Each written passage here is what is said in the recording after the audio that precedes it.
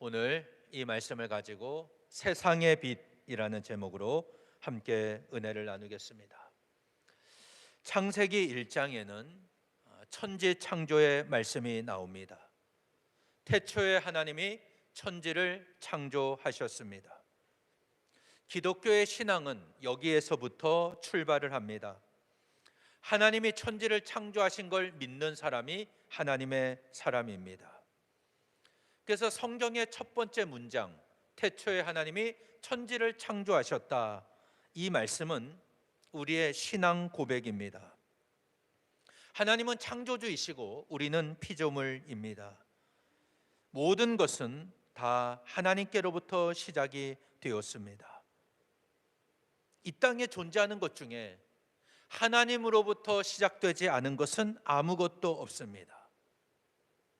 우연이나 어떤 자연적인 작용으로 존재하는 것이 아닙니다.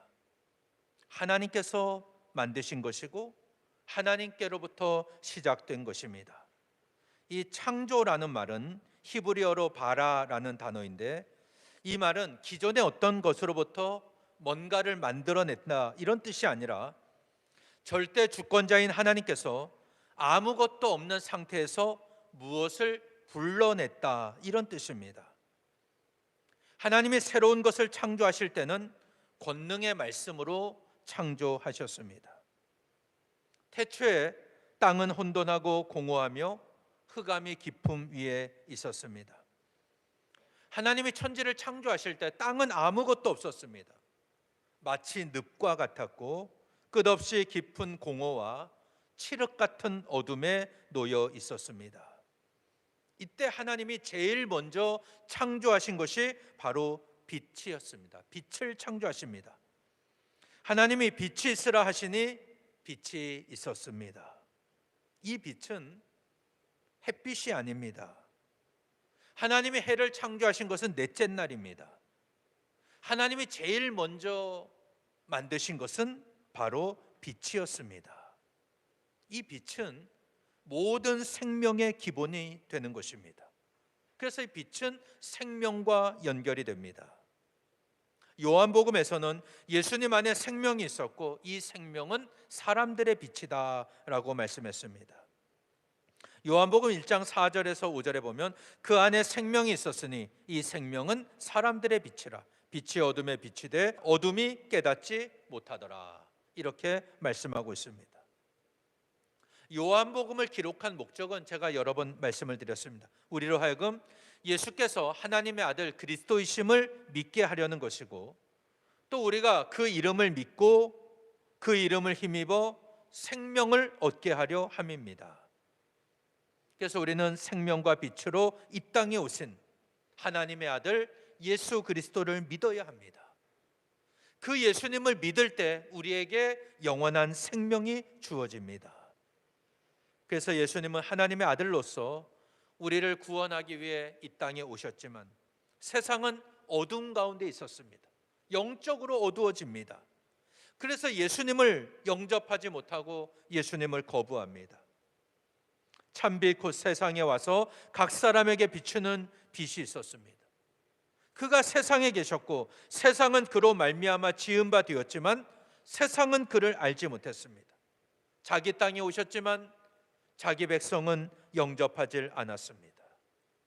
원래 빛은 숨길 수가 없습니다. 빛이 비추면 어둠은 저절로 사라집니다. 반대로 말하면 빛이 사라지면 저절로 어두워집니다. 이 말은 빛과 어둠은 공존할 수 없다는 뜻입니다.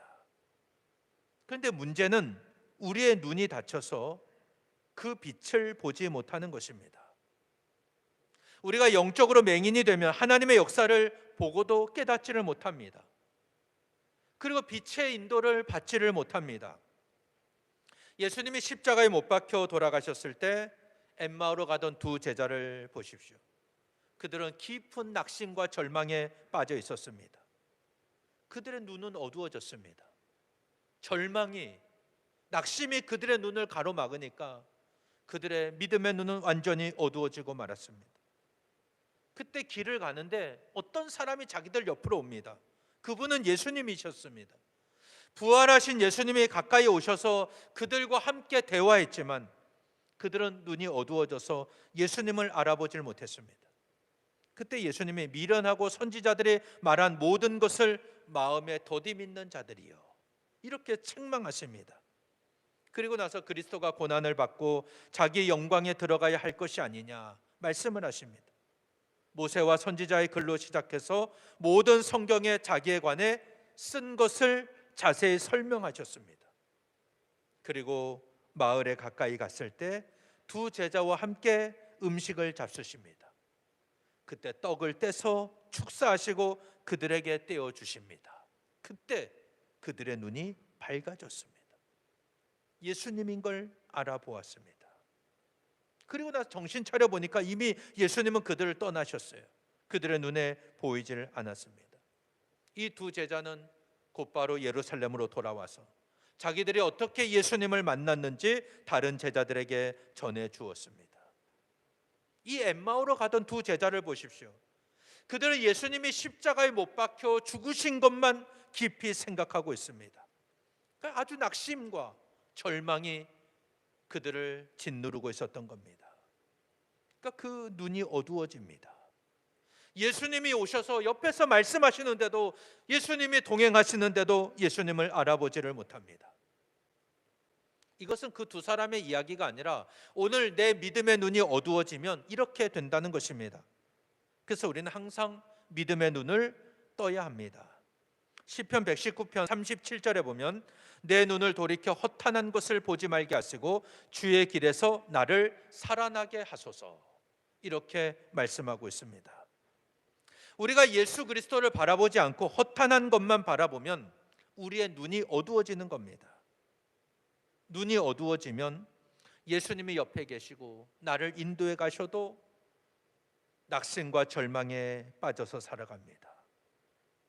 사람이 악한 영에게 사로잡히면 정상적인 판단을 하지 못합니다. 그래서 우리는 항상 깨어 있어야 됩니다. 그리고 내 눈이 어두워지지 않도록 우리는 예수님을 항상 바라볼 수 있어야 됩니다. 왜냐하면 예수님은 빛으로 오신 분이기 때문입니다. 참 빛으로 우리에게 오셨습니다. 그 빛은 하나님이 천지를 창조하실 때 제일 먼저 창조하신 바로 그 빛입니다. 이 빛은 생명의 빛입니다. 우리가 이 빛을 받아야 생명을 얻을 수가 있는 것입니다. 오늘 본문은 예수님께서 자신이 누구이신지 스스로 계시하시는 말씀입니다. 요한복음에는 7개의 표적과 7개의 자기 계시가 나온다 그랬습니다. 지금까지 5개의 표적을 보았습니다. 가나 혼인잔치에서 물을 포도주로 변화시키셨습니다. 신하의 아들을 고치셨습니다. 베데스다 연못가에서 38년 된 병자를 고치셨고 보리떡 5개와 물고기 2마리로 오병이어의 기적을 행하셨습니다. 갈릴리 바다에 큰 풍랑이 일어날 때 예수님은 물 위를 걸어서 제자들에게 오셨습니다. 이런 기적들을 표적이라고 말합니다. 이것은 기적을 행하신 예수님이 하나님의 아들이심을, 그리스도이심을 보여주기 때문입니다. 그러니까 기적은 사람의 관점에서 기적이에요. 우리가 볼 때 너무나도 신기한 겁니다. 쉽게 일어날 수 없는 일이 일어난 것을 기적이라고 합니다. 그런데 표적은 그 기적을 행하는 사람이, 그 기적을 행하는 분이 어떤 분인가를 보여주는 것입니다. 또 7개의 자기 계시가 나옵니다. 우리는 한 가지를 지난 시간에 보았습니다. 예수님이 오병이어 사건 이후에 많은 사람들이 예수님을 따라오자 나는 생명의 떡이다, 이 말씀을 하셨습니다. 누구든지 예수님의 살을 먹고 피를 마시지 않으면 그 속에 생명이 없습니다. 예수님의 살을 먹고 피를 마신다는 것은 예수님의 십자가 사건을 믿는 것입니다. 나를 위해 십자가에서 몸이 찢기고 보혈의 피를 흘리심으로 우리에게 영원한 생명을 허락해 주셨습니다. 그래서 예수님의 죽음이 나의 죽음입니다. 예수님의 부활이 나의 부활입니다. 예수님은 내 살은 참된 양식이고 내 피는 참된 음료다 말씀하셨습니다. 우리가 주님의 살을 먹고 주님의 피를 마시면 주님이 내 안에 거하시고 내가 주님 안에 거하게 됩니다. 이것은 주님과의 완전한 연합입니다. 날마다 주님과 동행하며 주님이 주시는 능력으로 세상을 살아갑니다. 우리 모두 생명의 떡이신 예수님의 살을 먹고 피를 마심으로 주님이 주시는 영원한 생명을 누리는 저와 여러분 되시기를 바랍니다. 오늘은 두 번째 계시예요. 예수님은 나는 세상의 빛이다 라고 말씀하십니다. 오늘 본문에 보면은 예수께서 또 말씀하여 이르시되 나는 세상의 빛이니 나를 따르는 자는 어둠에 다니지 아니하고 생명의 빛을 얻으리라, 이렇게 말씀하셨습니다. 예수님은 세상의 빛으로 이 땅에 오셨습니다. 그 빛은 하나님이 천지를 창조하실 때 빛이 있으라 맨 처음 말씀하셨던 바로 그 빛입니다. 그래서 우리가 주님을 따라가야 하는 것입니다. 나를 따르는 자는 어둠에 다니지 아니하고 생명의 빛을 얻는다라고 말씀하십니다. 우리가 이렇게 어둠에 다니지 않으려면, 우리의 눈이 어두워지지 않으려면 이 땅에 참 빛으로 오신 예수님을 온전히 따라가야 됩니다. 오늘 이 말씀은 지난 시간에 이어서 계속 이어지는 말씀입니다. 가늠하다 현장에 잡혀온 여인에게 나도 너를 정죄하지 아니하노니 가서 다시는 죄를 범하지 말라, 그 말씀을 하시고 바로 주신 말씀입니다. 이때는 초막절 때입니다. 유대인들은 명절 때가 되면은 예루살렘 성전 앞에 야간 조명을 켜놨습니다. 그러니까 불을 지폈겠죠. 그 조명이, 그 불이 밤에 예루살렘 도시를 비추게 했습니다. 지금 예수님은 그것을 보시며 말씀하시는 거예요. 초막절 때 불이 켜져 있는데 그 불을 보면서 내가 세상의 빛이다 라고 말씀하셨습니다. 이 세상의 빛이라는 말씀은 세상을 위한 빛이라는 말씀입니다. 예수님은 온 세상을 구원하기 위해서, 우리를 살리기 위해 이 땅에 오신 분입니다. 그런데 참빛으로 오신 예수님을 사람들은 영접하지 않았습니다. 그 눈이 허탄한 것만 바라보기 때문입니다. 예수님을 바라보지 않고 다른 것을 바라보기 때문에 어둠에 거하게 되었습니다. 예수님을 어떻게 보느냐에 따라서 두 종류의 사람으로 나누어집니다. 예수님의 세상의 빛이심을 믿고 예수님을 따르는 사람이 있고, 영의 눈이 어두워져서 예수님을 따르지 않고 어둠에 다니는 사람이 있습니다. 예수님이 세상의 빛이심을 믿는 사람은 생명의 빛을 얻는다, 이렇게 오늘 본문은 말씀합니다. 빛이 생명과 연결되기 때문입니다. 요한복음 1장 4절에도 그 안에 생명이 있었으니 이 생명은 사람들의 빛이다, 이렇게 말씀합니다. 우리의 생명은 예수님께 있는 거예요. 예수님이 주셔야 영원한 생명을 얻을 수가 있는 것입니다. 요한복음 14장 6절에는 우리가 잘 아는 말씀이죠. 예수께서 이르시되 내가 곧 길이요 진리요 생명이니 나로 말미암지 않고는 아버지께로 올 자가 없느니라. 이 말씀은 예수님의 6번째 자기 계시입니다. 나는 길이고 진리고 생명이다. 우리가 하나님께 갈 수 있는 유일한 길은 바로 예수 그리스도뿐입니다. 그리고 예수님이 하나님의 아들 그리스도시다. 이것은 절대 변함이 없는 진리입니다. 그리고 예수님은 우리에게 영원한 생명을 주시는 그런 분이십니다. 생명은 예수님에게서 옵니다. 우리는 다른 어떤 이름으로도 구원을 받을 수가 없습니다. 오직 예수님의 이름으로 구원을 받았습니다. 그래서 예수님 안에 생명이 있는 것입니다. 그러면 예수님이 우리에게 이렇게 영원한 생명을 주실 수 있는 이유가 뭡니까? 왜 예수님만이 우리에게 영원한 생명을 주십니까? 그것은 바로 예수님이 하나님께로부터 오신 분이기 때문입니다. 요한복음 8장 23절에 보면은 예수께서 이르시되 너희는 아래에서 났고 나는 위에서 났으며 너희는 이 세상에 속하였고 나는 이 세상에 속하지 아니하였느니라, 이렇게 말씀하십니다. 나는 위에서 났다. 예수님은 위로부터 나신 분입니다. 요한복음 3장에서 니고데모와 대화 나누시지 않습니까? 사람이 거듭나지 아니하면 하나님의 나라를 볼 수 없느니라 말씀하셨습니다. 여기서 거듭난다는 말이 바로 그 말입니다. 위로부터 다시 태어난다는 뜻입니다. 우리가 영원한 생명을 얻고 하나님 나라에 들어가는 것은 위로부터 다시 태어나는 거예요. 이 땅에서는 아래로부터는 태어날 수가 없어요. 그러면 영원한 하나님 나라에 들어갈 수가 없는 거예요. 왜냐하면 스스로 죄를 해결할 수가 없기 때문입니다. 이 땅에는 우리를 구원할 방법이 없습니다. 모든 사람이 다 죄에 오염됐고 죄로 타락했기 때문에 온갖 악한 것만 존재합니다. 그래서 우리의 구원은 위로부터 임하는 것입니다. 예수님은 위로부터 이 땅에 오신 분입니다. 그래서 우리에게 영원한 생명을 주실 수가 있습니다. 나는 세상에 속하여지 않았다, 이렇게 말씀하십니다. 하늘에 속한 분입니다. 하나님이 우리를 구원하기 위해 이 땅에 보내신 분이 바로 예수님입니다. 사람의 아들은 사람이고 하나님의 아들은 하나님이세요. 예수님은 하나님의 아들 하나님이십니다. 이 세상 어떤 종교도 신이 인간이 된 종교가 없어요. 다른 종교는 없습니다. 다 인간이 신을 찾아가는 종교예요. 내가 열심히 고행을 하고 선을 행해서 신의 경지까지 이루고 해탈해야 된다고 생각합니다. 그러나 우리가 믿는 하나님은 우리를 구원하기 위해서 하나님이 친히 인간의 몸을 입고 이 땅에 찾아오셨습니다. 바리새인들이 예수님을 공격할 때 내가 너를 위해 증언하니 내 증언은 참되지 아니하다. 8장 13절에서 이렇게 말씀하십니다.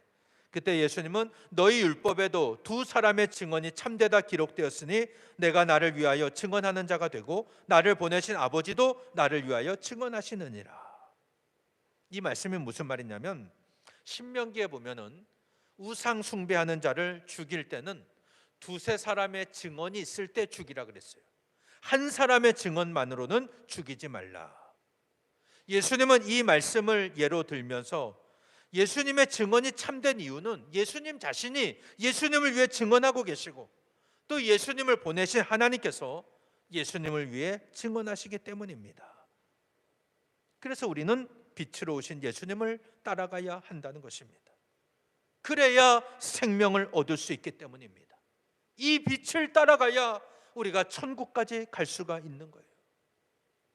구약시대 때 룻을 생각해 보십시오. 그는 모압 여인이었습니다. 원래 모압과 암몬은 하나님께 저주받은 민족입니다. 신명기 23장 3절에 보면 암몬과 모압 사람은 영원히 여호와의 총에 들어오지 못한다, 이렇게 선포하셨습니다. 그들은 하나님의 백성들, 이스라엘 백성이 광야 생활할 때 그들을 끊임없이 범죄하게 하고 공격했던 사람들입니다. 괴롭힌 사람들이에요. 하나님께 저주를 받았습니다. 근데 룻은 모압 여자였지만 시어머니의 하나님, 나오미의 하나님을 붙잡습니다. 룻기 1장 16절에 보면은 어머니께서 가시는 곳에 나도 가고 어머니께서 머무시는 곳에서 나도 머물겠나이다. 어머니의 백성이 나의 백성이 되고 어머니의 하나님이 나의 하나님이 되시리니, 이렇게 고백합니다. 이미 자기 남편은 죽어서 없습니다. 그리고 시어머니가 유대 땅 베들레헴으로 돌아간다고 합니다. 그리고 각자 두 며느리에게 두 아들이 다 죽었으니까 각자 자신들의 삶을 살게 돌아가라고 했습니다. 근데 룻은 시어머니의 하나님을 붙잡습니다. 어머니의 하나님이 나의 하나님입니다. 그리고 어머니를 따라갑니다. 그래서 유대 땅 베들레헴에 왔는데 거기서 엄청난 복을 받습니다. 베들레헴에서 보아스라는 남자를 만나서 결혼합니다.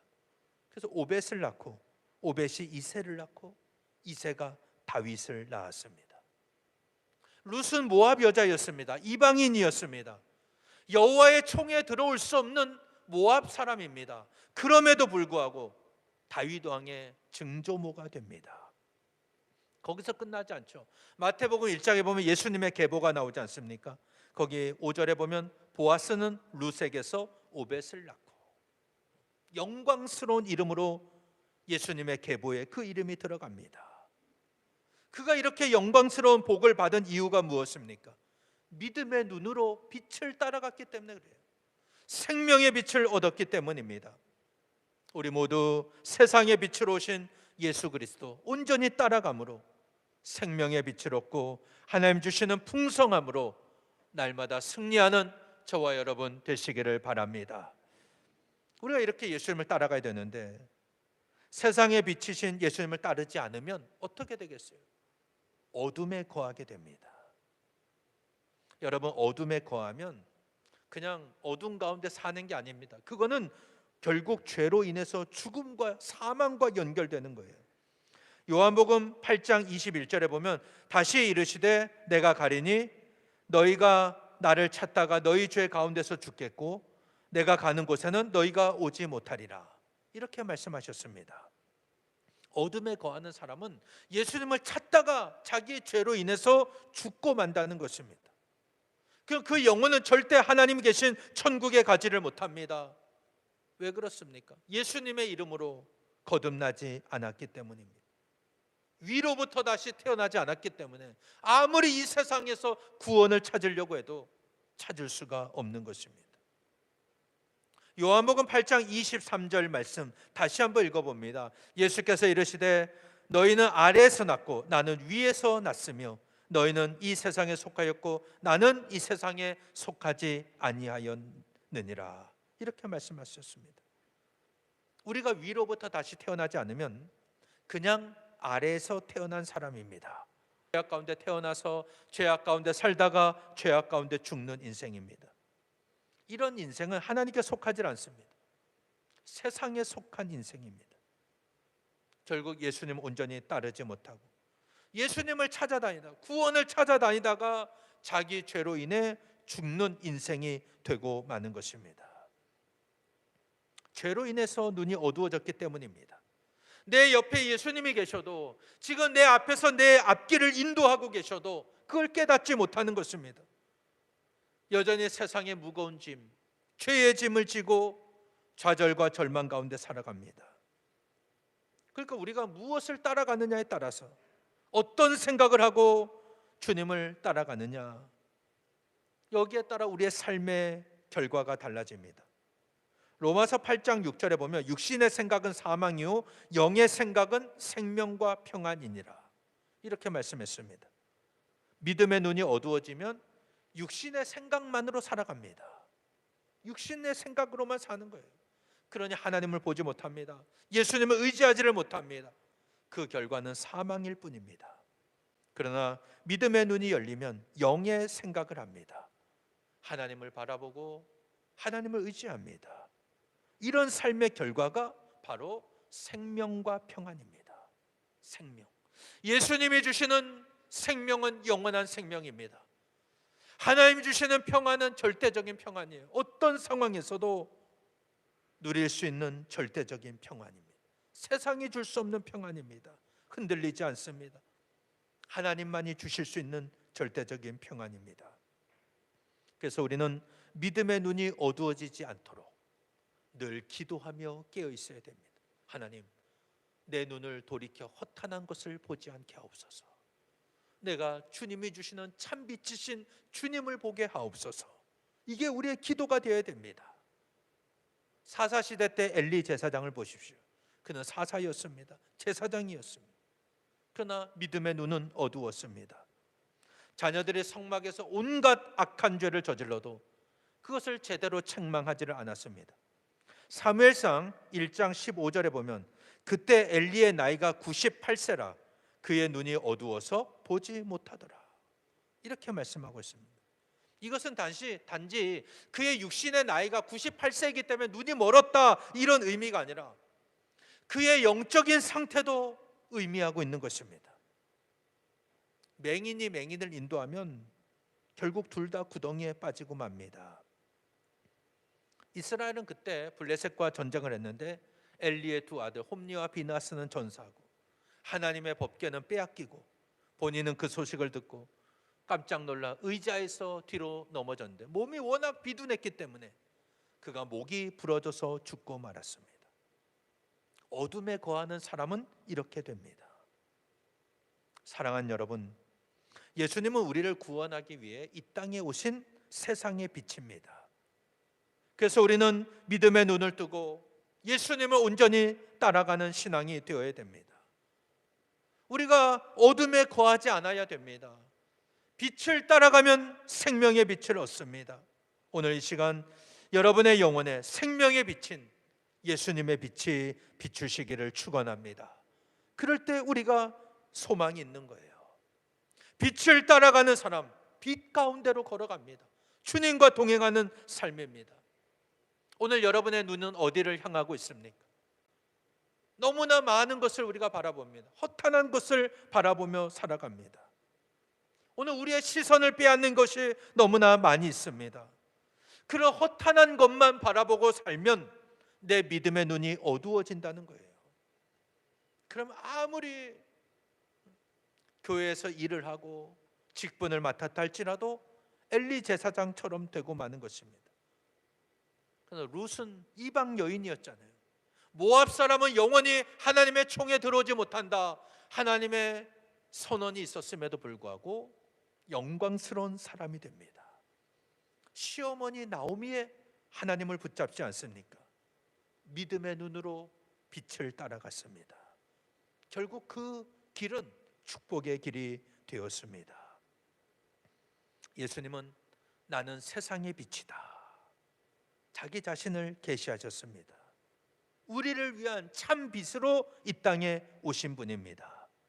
주님을 따르는 자는 어둠에 거하지 아니하고 생명의 빛을 얻습니다.